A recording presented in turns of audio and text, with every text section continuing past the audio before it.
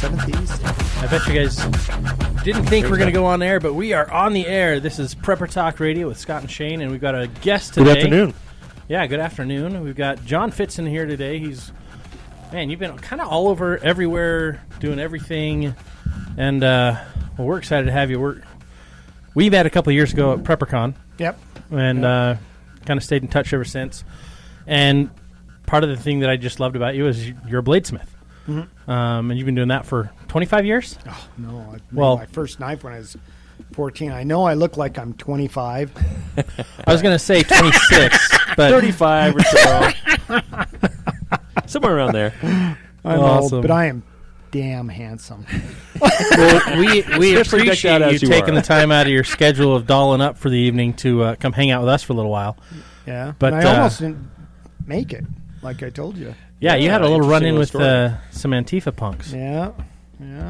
Well, if you understand, if you were to see how John is dressed, how he typically dresses. When I met John, he was wearing a black kilt. Mm-hmm. This was at PrepperCon. And of course, decked out with all your guns, silver, and guns, his huge skull rings, and he's a land pirate. Yeah, and like leather vest. Like if you're just walking by, you're going to see, and your flag on your bike. Yeah, it's a crimson pirate's flag. And he drives a BMW, not a Harley. I know. He's classy. He's a classy pirate and sassy. Well, that too. Yeah, that's why he had to run in. There you go. Yeah, exactly. So exactly. I guess when you're a knife maker, you end up enjoying and appreciating the nice things, the expensive things, because you get it, right? I even have a gentleman gym manicure set at my house. I have. Here, hold your hands out. Let me see. They're not done. He hasn't done it lately. Well, when you're bashing steel with a hammer, it's kind of hard to keep your hands. I've always been into stuff. I shave with a straight edge razor. The straight edge razor I have is one's 500, one's 600. I sharpen for exclusive for art of shaving for the straight edge razor. So if you guys need any straight edge razors, you can. Oh, interesting. Get a hold of me. But they scare me. I've seen too many horror movies. So that's the problem. You've seen too many horror movies where people don't know how to use them. When I was a little kid, I actually got to watch my dad use one once, and I thought it was the coolest thing. He's just lathering up. You got to be in a relaxed atmosphere. Yeah. And, very important, you need to wear a towel around your waist. Around your waist? Why is that? Because I dropped my straight edge one time when I wasn't wearing a thing. And guess. Ooh. Is that why they have a towel in case you drop it? Well, no, if you're doing it yourself. Yeah, and I dropped it, and it hit something that wasn't supposed to hit, but thank God the blade didn't hit. Oh, man, that could have been catastrophic. Especially when you get a nice, like I say, a quality, expensive straight blade. They're pretty expensive. Sharp. They're extremely sharp. Yeah. The better the blade, the sharper it's going to be. And the lesson to be learned there, do not try and catch a falling knife.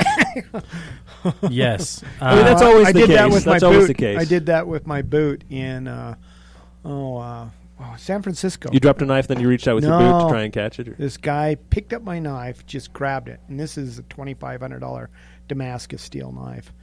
And the way he picked it up, I could see he didn't have a hold of it right, and I go and to grab it, and then he flicked it, and the thing came down, stuck in my boot. Oh. And I told him, get the heck out of here. Get away, please. Fast. Now let's back up a little bit and get into why are we talking about knives, and why do we have a bladesmith here? And I guess I don't necessarily want to call you a blacksmith, but more of a bladesmith. But it entails, I guess, a lot of both in there. Yeah.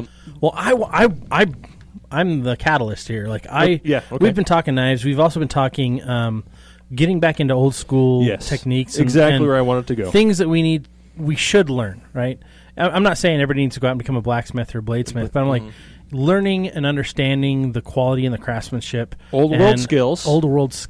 And techniques. And I was like, John does this. He knows this. Let's have him, because you're going to be able to tell us about the old school, but you're also going to be able to tell us about tempering and all the new stuff, that the more there are a lot economic ways to do things. Exactly. There's a lot of different ways to make knives. Yeah. It seems like a lot of these modern knives, basically they're buying their steel, they're punching out the blade, they're grinding it, and then they're tempering it and all that. But you actually forge your blades, or do you do all of them that way, or do you kind of? I used to be a big fan of forging, and it's kind of thing to being a bladesmith and different stuff like that. What started me all off on knives was my dad.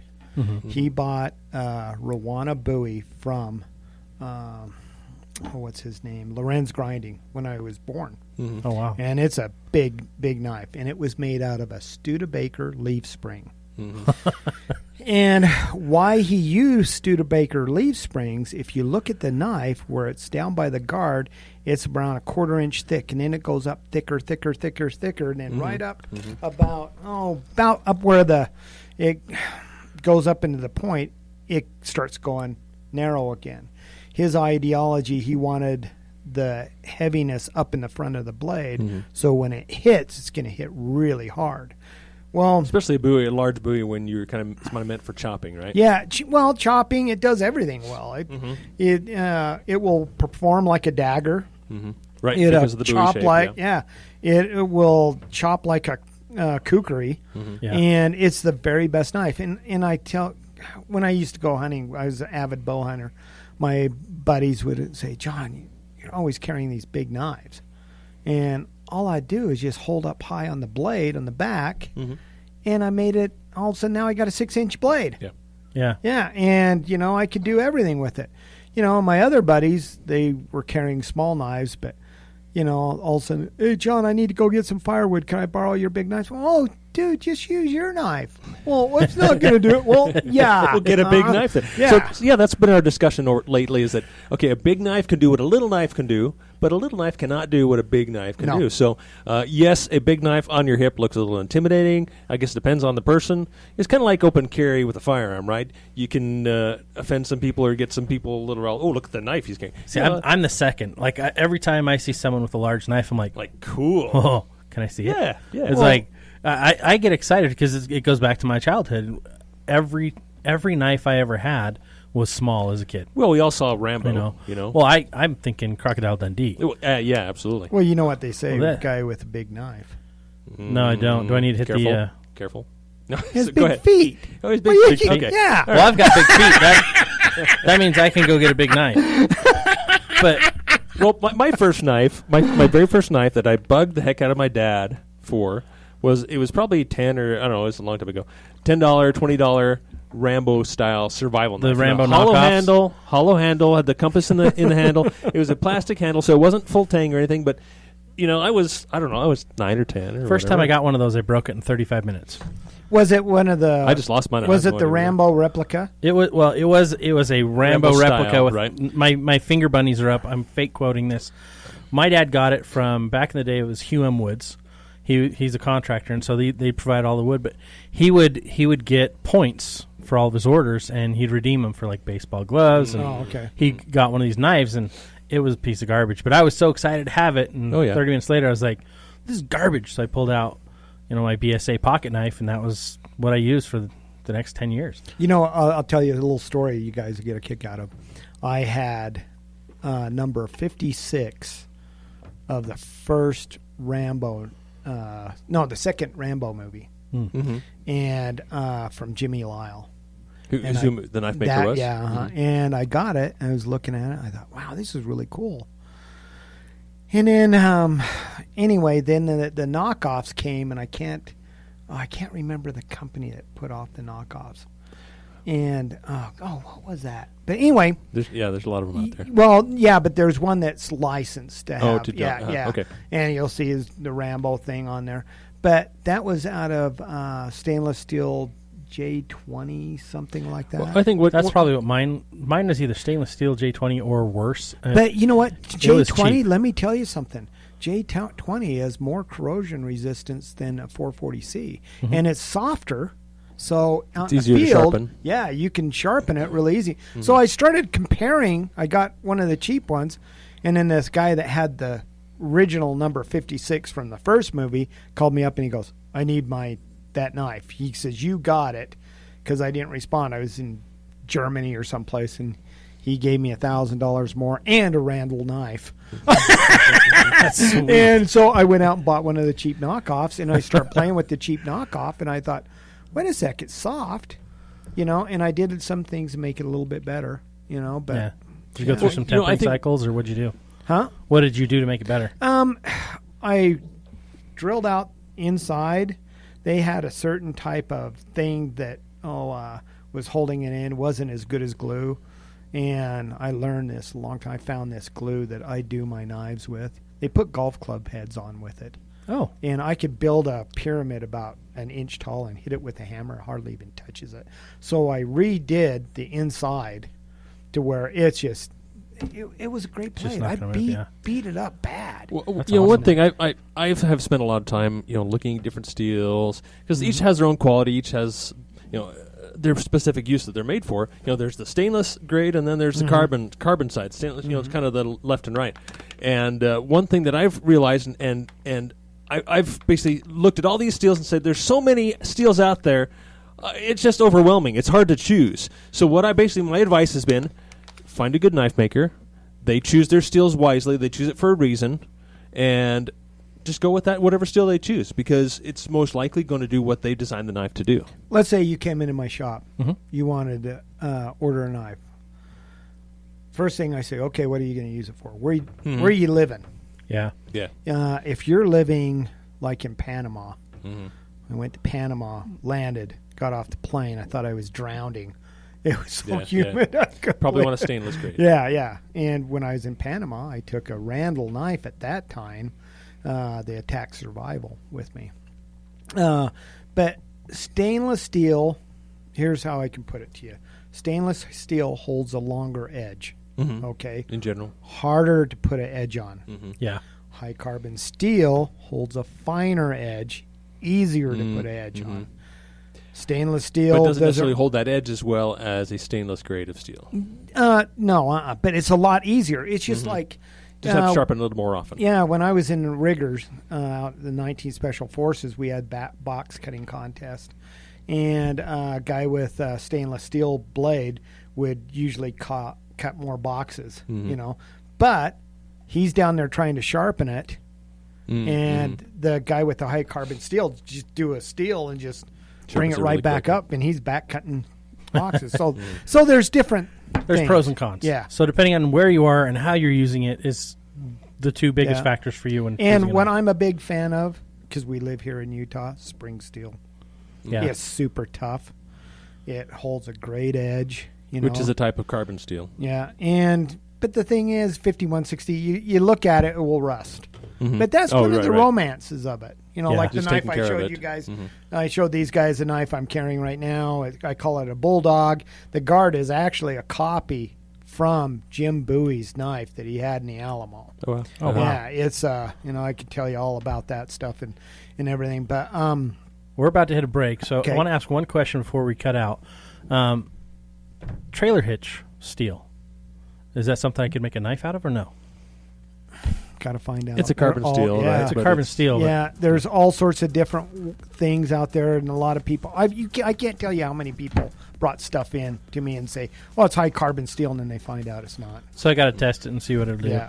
Well, we're going to be right back. John Fitzen's here with us for the whole hour, so we're grateful for you to be here. You're listening to Prepper Talk Radio here at K-Talk, AM 1640. KTalkMedia.com, and you can find us at Prepper Talk Radio on Facebook. The sun's finally out, so welcome back to Prepper Talk Radio, radio for the ready-minded. Now we've got John Fitzen in the house here with Shane and I, and we're talking blades and knives, but also prepping. And we started kind of talking over the break about how prepping has slowed down. It's slowed down the commercial, the commercial side of it, right? The consumer side, purchasing. And my feeling on that is I've watched closely a couple friends' businesses bite the dust because of the all of a sudden drop in an engagement because Trump got elected. Exactly. As soon as Trump got elected, I think a lot of us were going, "Oh crap, Hillary! If she gets elected," and the ball was rolling that way. I mean, it was highly in favor of that. And so a lot of people were like, "Oh, when that happens, we're all screwed." Well, and now we've seen kind of the tables turned, and now there's groups like Antifa that are popping up because Trump got elected. Yeah, like those guys even told me today. They're training and different stuff like that. Guys. So if they're training, then we should be training even harder. But they don't want... Here's the funny thing is, like, I've seen some of the different groups on social media, and they don't want conservatives in their groups. They don't want training or products from conservatives. And I'm like, conservatives have been running this industry for 50 plus years. Like, where are you going to get your stuff? If not from the conservatives, where are you going to get it? And it's like, okay, maybe they're going to buy everything at Harbor Freight, which is going to break. I mean, I don't know. Or they're spending all their time on Amazon. Oh, it's time to get some nice. Yeah, no, that's true. Well, probably a lot on Amazon because that's what they do. I've had friends of mine tell me, he says, yeah, I've really cut down on the prepping stuff and everything. He goes, I got enough stuff. And I go, you know what you guys have to worry about? And I told people Trump was going to be in 2 years before it even happened. And you know what I've been feeling?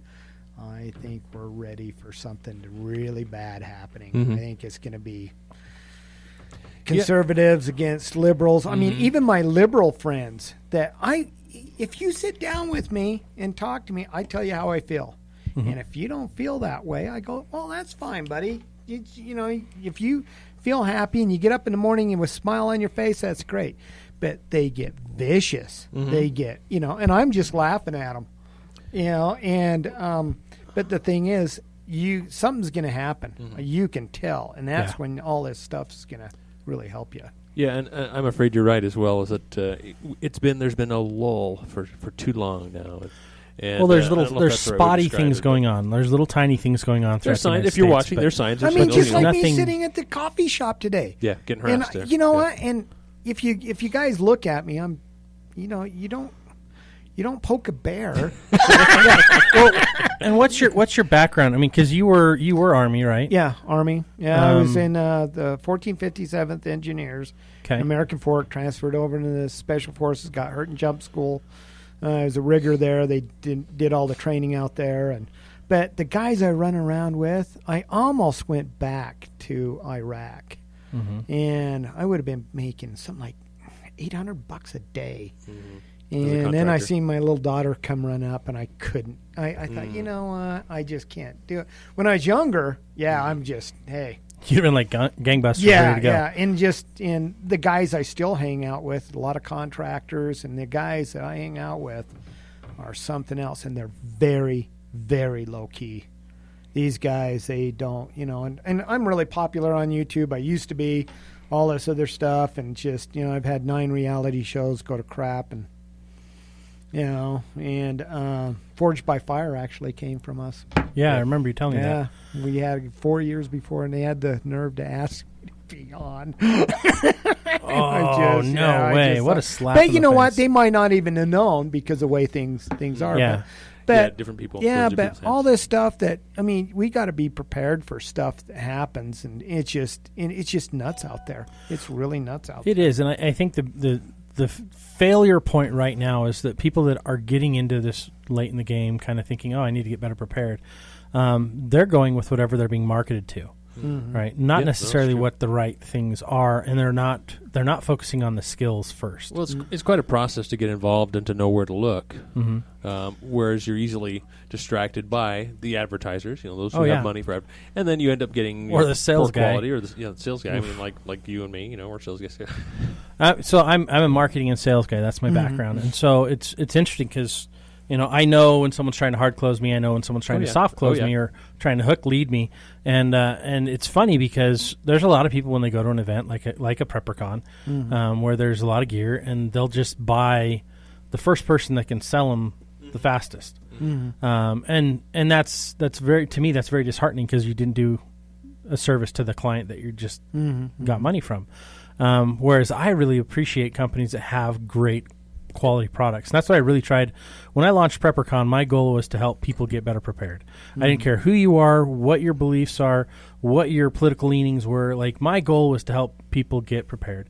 And that really stemmed from some research that I found that it was 1 in 5 homes had a 3-day supply of food. And now it's dropped to 1 in 7 homes in America. And I thought, wow, if we can help families get better prepared, we're creating better prepared communities so that when there is something that's going on, we can rally together if we're focusing on the right things. Now, that works in a disaster scenario, like the hurricanes, right? Like tornadoes. But in a social unrest situation, it doesn't work, right? Let me ask you something. Do you got a group of guys that you're hooked up with? If things happen. Yes. That you're with. Yeah, you have to. Yes. Yeah. You ever guys ever? I had two different groups. Have you guys ever seen that thing from? Oh God, it was the white supremacists. It's the Wolf Pack. Did you ever see that little pamphlet they were putting out? No. It's pretty scary.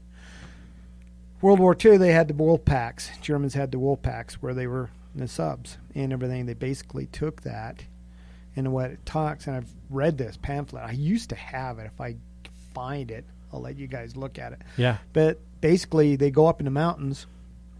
They look down. Who has light? Yep. If stuff really happens. Then what they do is go down there and watch, and you'll have a pattern way you do things, and they'll slowly take you. If you have light, they know you have guns, all this other stuff that they need. Well, and then they'll just slowly take you. So I've got a good friend.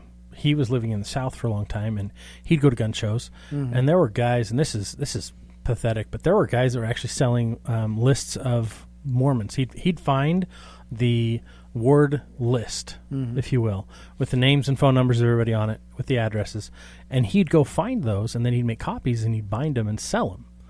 And he's like, well, this is where your food storage is.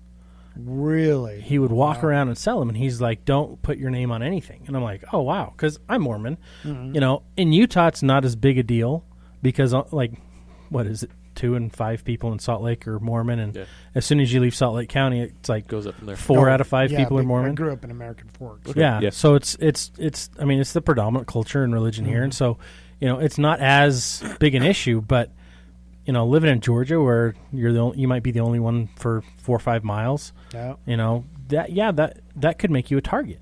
Yeah. And so that's when I got really heavy into, okay, I'm a prepper, but I'm not going to tell anybody. You know, the first rule of prepping is you don't talk about it. It's just like Fight Club. You know, first rule of Fight Club, we don't talk about Fight Club. Second rule of Fight Club, we don't talk about Fight Club. But I broke that, and I've been breaking it ever since because people need to wake the crap up. Like, they need to start paying attention. You look at what's going on geopolitically, and we don't get very political on the show. Actually, there's a fact we try to stay away from. But if you're not watching it, if you're not paying attention to it, you're losing out, because there's a lot of moving going on right now, both on screen but also behind the scenes, that if you're new into prepping, it can overwhelm you and scare the crap out of you. Don't let it do that. Let it motivate you to get the skills, get the training, and spend time with people that know better, so that you can get the right products instead of wasting tens of thousands of dollars on the wrong thing. Well, we're going to have a civil war. You can is that what you're feeling? Is that mainly what you're feeling? I can tell. It's just like it's being done on purpose. Oh yeah, it's being done on purpose. And so and we could get into that topic of how do you prepare for civil unrest. Big knives. Well, and it comes down to, I mean, it's going to be eventually going to be financial repercussions for everybody, and so you got to be able to do things on your own. You got to be able to make stuff by yourself. You know, you got to be able to have the old world skills. Well, it goes back to your groups. Your group's going to you have to have specializations within your group. You do. Yeah. Like we've got medical guys in my groups. We've got guys that I'm the builder. Right, my dad's a general contractor. I grew up building homes. I grew up flipping homes. So I can build shelters all day long. I've got the tools. I've even been stocking up on nails. You know, I've got 8 penny. I got 16 penny. I got I've just got tons and tons of those. The top thing for prepping is, a friend of mine told me, and I started thinking about it. What's that? You can really sell needle and thread. Sewing. I've got a ton of that. You have to have it, because think about it. Your clothes start going down. Well, you know, the first things we think about are, of course, food storage, and then water, and those, which are the most essential. But I think that's primarily because we're in Utah. Yeah. And right? Absolutely. Because that's what Utah culture is like. Everyone needs a year's supply of food. Yeah. You know, that goes all the way back to Brigham. But we got to learn to be more self-sufficient, and that includes being able to sew your own, repair your own clothes, to be able to forge something in steel that you might need for whatever tool you might need. Because tools and stuff you have will not last forever. You got to know how to either make a new one or fix what you have. Because you're not going to be able to get anything else. Goes back to my grandma's favorite phrase: use it up, wear it out, make it do or do without. Yep. That's cool. Absolutely. You know, that was, and she got that. I mean, she got that just coming out of as a kid coming out of the Depression. I mean, that's what her parents told her all the time. My great grandma, Grandma Merle, she was a tough as nails lady. Like she she'd make the hair all over your body stand up and be in attention all the time because you're just like, oh crap, she's going to do something. And she had these geese. Oh my gosh, she had these geese on her front yard that were the best security system in the history of the world. Yeah, we had geese at my house. She had a little pen. And whenever she'd see someone rolling up onto their property, they lived up in St. Anthony, Idaho. I think it was St. Anthony. It was up in that area. But every time a salesman would roll up onto their property, she'd go out and kick the latch and let the geese out. And there were a number of times that there'd be a salesman on top of his car waiting for my grandpa to come home to put the geese away. Yeah. My grandpa was the sheriff, and then he became the chief justice. But he was like, he'd wind up getting all the geese back in. But, they came from an era where you and the people around you are responsible for yourselves, and you work together to build stuff if you can't do it. They'd have barn raisings back then, like together in communities. They'd have quilting parties. They'd have sewing. And I remember when my mom got her foot pedal sewing machine, it was the coolest thing in the world. Like I was so excited, and then she ended up giving it to another aunt when they were moving, and I was like, no, I wanted that because I wanted it. Yeah. Well, John, let me ask you: how many times or how often do you hear from your friends, or when it hits the fan, I'm coming to your place? No. How often do you hear that? Like I said, I got a certain group of people, but there's guys that are acquaintances. I love everybody until you screw me. Yeah.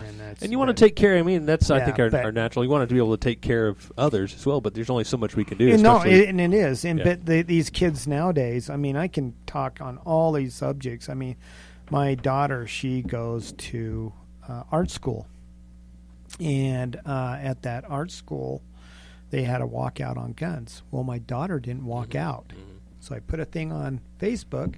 Proud of my daughter, stuck to her guns. Pardon the pun. And next thing you know, she was getting calls on her phone. Do not come back to our school. We don't want you to come back. And they started bullying her bad. She ran away that night. She was so upset. She thought she lost all her friends. Thank God the principal, he's the best principal in Utah. The guy is so intelligent. He put it down really fast. In fact, he called in one of the guys. I'm not going to tell you guys what school it is or anything like that. It could cause some stuff. But anyway, he called in one of the kids that started the whole thing. He said, let me ask you something. He goes, is a car a tool? Kid goes, well, yeah. Cell phone a tool? Well, yeah. What about a gun? Is a gun a tool? Oh, no, that's to kill people. No, gun's a tool. It's to put, protect you or put meat on the table. Yep. And the thing, he goes, how many kids were killed by texting on a phone last year, and how many kids were killed by a gun last year? Well, what is it? Something like 8,000 kids. Texting, yeah, and it was something like 300 or something. I think it was even less than that. And he goes, shouldn't you guys be protesting that over this? And that's you're the power. Jumping on this little girl that is your friend and would do anything for you. Because my daughter would do anything for you. She's... but she knows how to use a gun. You walk into the house and first of all, you have to get by Bubba Booey, my bull terrier. And then you're going to have to deal with the women. Yeah, that's funny. I've taught my daughters as well. I totally get it. I've got 4 daughters myself. There you go. I've got one, and I've got a little boy on the way, and I can't wait till they're old enough so I can get them into martial arts. But these kids nowadays, they are so just messed up. Yeah. And they don't even know. And my daughter's just this way, and I haven't. One of the best things my mom did is taught me how to iron and sew when I was a kid. I'm the one that does all that sewing in my house. Something happens, and just my mom never taught me how to sew, but I took a sewing class in high school, and my dad sews. His mom taught him how to sew, but my mom sews. She just never taught me, and so I've got a sewing machine I just got gifted to me, so I'm like, I've got to get it fixed up so I can start using it. But I need to get back into that, because if you don't do it a lot, you'll lose that skill. I got an industrial sewing machine. It's busted. For your leather? Yeah, but the one I really need is this other one. So what's that one that you were talking? You showed me the mule pack. It's the one that comes out of Tandy leather. The real heavy duty one. The sewing machine? Yeah, that sewing machine, hand crank one. What was that? There's a hand crank one up in Idaho. But I think he gets them out of China. But they're hand crank, and they're only a couple $100. But I definitely want one of those. But it won't sew leather. So I know we're about to come up on a break here. We are. I'm thinking what we do this next segment is we talk about how someone can start making knives on their own. Yeah, absolutely. Making their first knife. Where we start out. Where you started out with your first knife. Where I should start out, because this is on my list. I've got a long list of things I want to do. I've already gotten into leatherwork a little bit. I just went out and picked up some obsidian, so I'm learning to flint nap a little bit. Oh, cool. And so I'm learning all this stuff, and I want to learn how to make a knife. I mean, there's so many different ways. Young Padawan. Yes, thank you. Thank you. I appreciate it. That's awesome. Young Padawan. You're going to have to grow a little tiny braid off the side of your head. I'll pass. No? Okay. I'll teach myself then. Thank you very much. Well, I think the interesting thing is we have fun with prepping. We love prepping, and we try to help as many people as we can with prepping. But at the end of the day, it comes down to personal responsibility.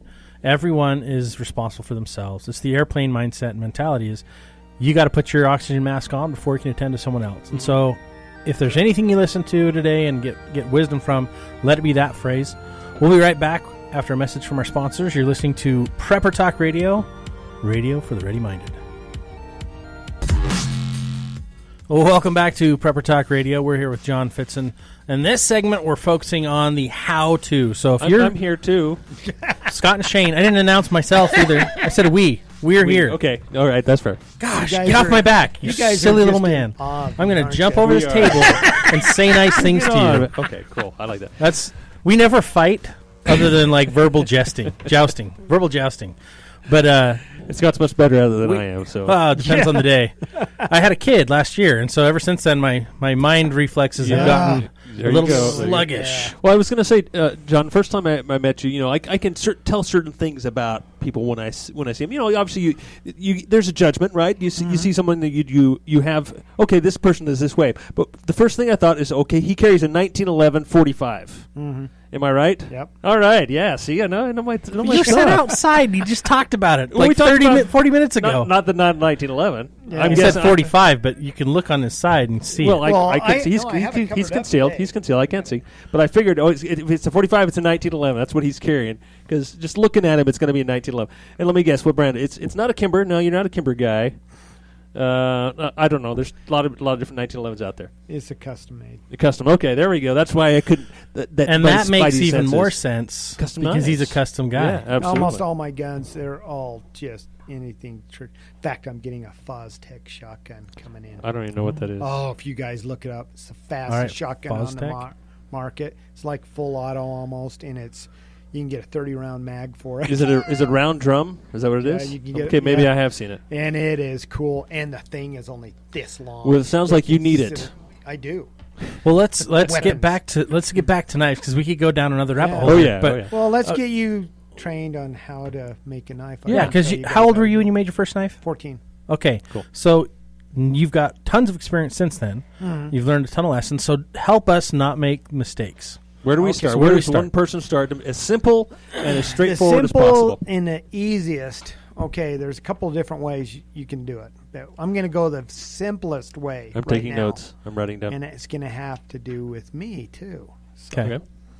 When I first made my first knife, went into Lorenz Grinding. Lorenz Grinding was on 4th South. They were the oldest knife shop probably in the United States. I think there was one older. It was in Chicago. And Lou did everything on a Norton big wheel. It's like 40-inch, like that. And then he has. Wow. I have all the old school things. I was more or less trained by Lou and different stuff. I was going in there when I was like 11. Mm-hmm. My dad bought the Bowie knife when I was born, and I have that now. And that knife, my dad bought it for $60. Guess how much it's worth? Probably $6,000. $4,000. That's awesome. In my showcase. So anyway, I went into Lou and I said, Lou, I want to make my own knife. And I actually wanted to make a broadsword and a knife. I wanted to make like a Conan type style. What teenager doesn't want a broadsword? Yeah. I don't know a single one that didn't. My dad actually made one out of wood. My dad made, and he painted it beautifully. And I thought it was a real sword the first time I saw it. I'm like, Dad, when did you get that sword? And he goes, it's it's wood. So yeah, my son, he's 10. He comes up with knife designs, and we make them out of wood. We've made several so far. Yeah, and that's great.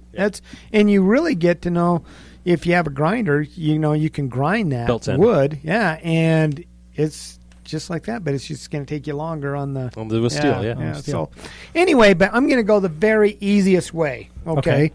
And then we'll talk about how you do it yourself, more or less. Okay. So anyway, went into Lorenz, said I want to make a knife. He goes, okay, why don't you go down to AAA spring, and you get mild steel spring steel that hasn't been tempered, just flat stock.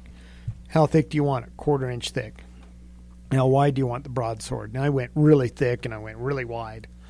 And he says, then on the knife, he goes, you have a design on that? Yeah, I have the design. And he goes, want it at least 1/4 inch thick. I went a little bit thicker. And so I got it cut out. And then I drew out the pattern. And I went to Lorenz. And I says, Lou, okay. He said, you'll grind it. So Lou says, okay, give me the steel. Give me 4 weeks. So gave him the steel. Came back, and it was in a rough state. Okay, he goes, now I want you to go to Diversified Metals. I think that's Diversified. It's over on 6 North, right underneath the underpass right there. And he says, you want it, the sword, 56 to 58 Rockwell hardness. He says, preferably more 56. He says, the knife, go 58 to 60 if you want. And he goes, so Rockwell hardness, the higher the number, the harder the steel. Mm-hmm. Okay. The harder the steel, the better it holds an edge, but the more brittle it can become. So to find that balance. Yeah.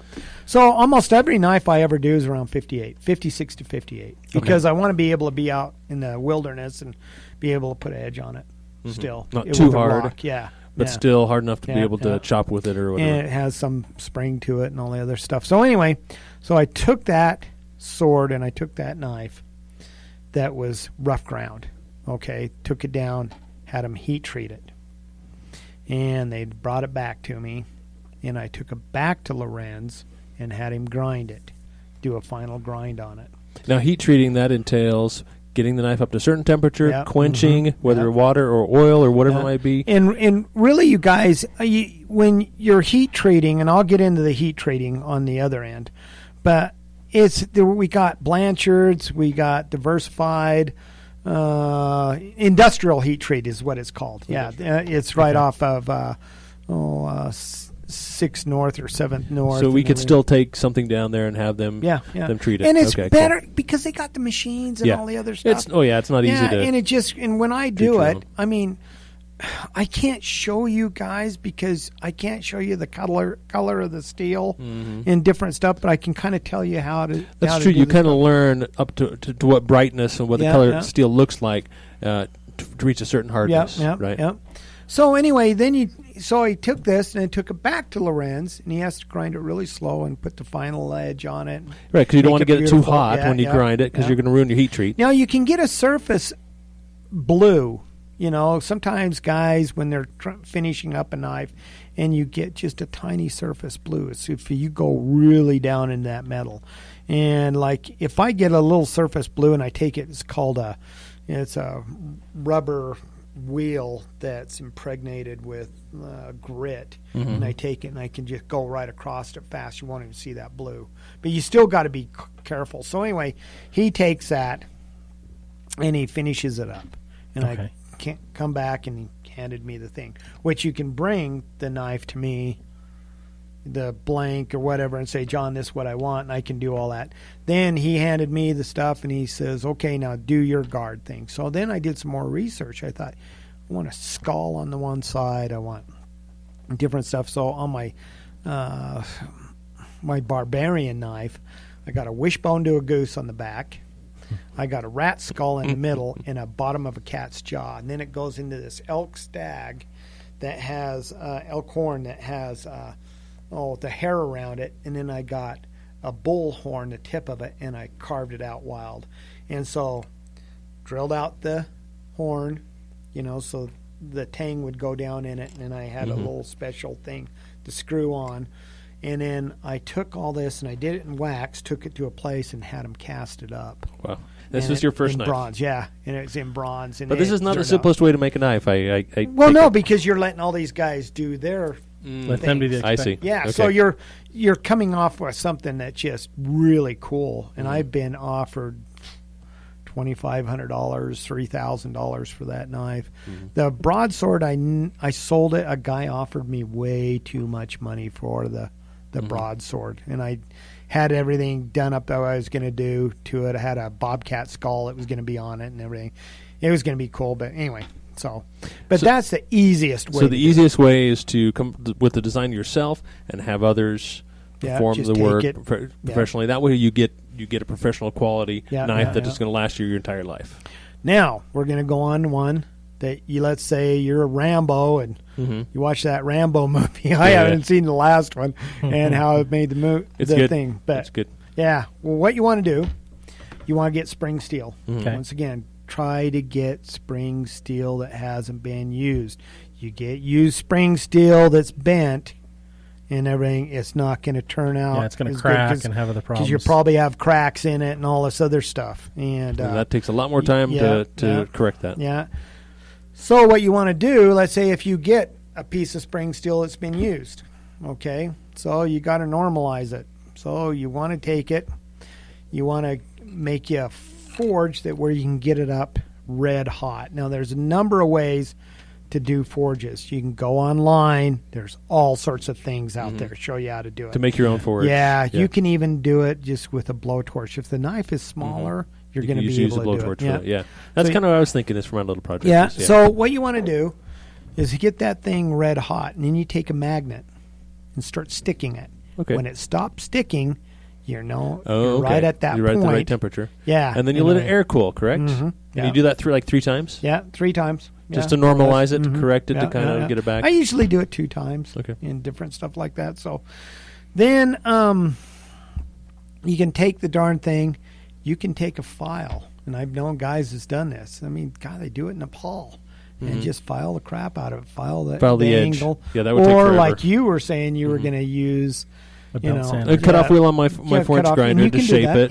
Yeah. And then just use a stone grinder for the blade and get to shape it. The stone grinder, you got to be careful because they move out so quick. You're going to overheat it. Yeah, it's just kind of just nuts. But if it's going to be your first knife and you're just kind of doing it and you think I'm going to do this and that's it. You can go with a file. But I guess you could normalize it again after I were to heat it up. You can. Heat it up with a stone. What if if we got a bench grinder and I grind it and get it really hot, I could always normalize it again. All this stuff I'm telling you guys too, it's better to go online and have that video there and go over it and go over it. There's so many guys, but everybody has their little thing. If you come over to my place and we were doing it, I kind of stay away from forging now. I'm just doing stock removal, and I just take it down and have stuff, heat treated, cryoing or whatever. Leave it to professionals. Yeah, and it saves me a lot of time. I started putting way too much work into my stuff. And then it's too expensive to sell because then it takes you an entire week. So how much would how many hours would a forged knife take? Some of my buoys doing that blade, way over a week. Yeah, 40 plus hours. And so you'd have to sell that thing for a couple grand to really come out ahead. Yeah, and these guys are doing, why is it so much? Well, man. Because I worked on it for 40 hours with my own hands, beating it on this anvil right here. And we were beating it there for a while. Then we got a trip hammer that was 50 pounds, and we had to get rid of that because where I'm at, the pneumatic hammer? Yeah, the machine shop, it was throwing the machines out of whack. So we quit forging there, and then we started forging down south, then started forging down at this other. But anyway. So use technology, use your resources to do it while you save time and money. While you can. Otherwise, you will be forging it with a hammer in your own charcoal that you create yourself in a leather-skinned bellows that you made from a deer that you killed. Eventually, it'll get to that point where you have to make things. You have to go and source your own iron. Yeah. To be able to do your own that, carbon. You have to know how to sew to make your bellows. There you go. So learn the skills. Ladies and gentlemen, everyone that's been listening today, we're almost out of time, but I cannot stress how important it is to learn skills. Learn. Learn to sew. Learn to find water. Learn to purify water. Learn to find food. Learn to forage, right? Learn to grow a garden. Learn sanitation. these things will save your life. There's a time coming where things will get crazy, things will go awry, and you need to know how to take care of yourself and the people that are around you. Mm-hmm. You know, and then build your group, build people around you that have the same mindset and skill sets. But if you guys want, you need to know something, I'm going to throw you my number out. Yeah, please do. Really slow and easy, because all these guys that give these numbers out. We'll post it on social media. Yeah, it's John Fitzen, and my number is 801-918-3725. And you still make custom knives? Oh, yeah, all the time. Okay, so if anybody out there wants to commission something, they can do that. Yeah, and you could go also over to Heritage Arms on State Street. It's just north of 7200 South. You'll see the H&R block. Go in there and talk to a guy named Dave and say, hey, I'm looking at having a knife made. I need to get a hold of John. Awesome. Yeah. Well, thank you guys for tuning in today. We are out of time. You've been listening to Prepper Talk Radio here at K-Talk, AM 1640. Get relief today.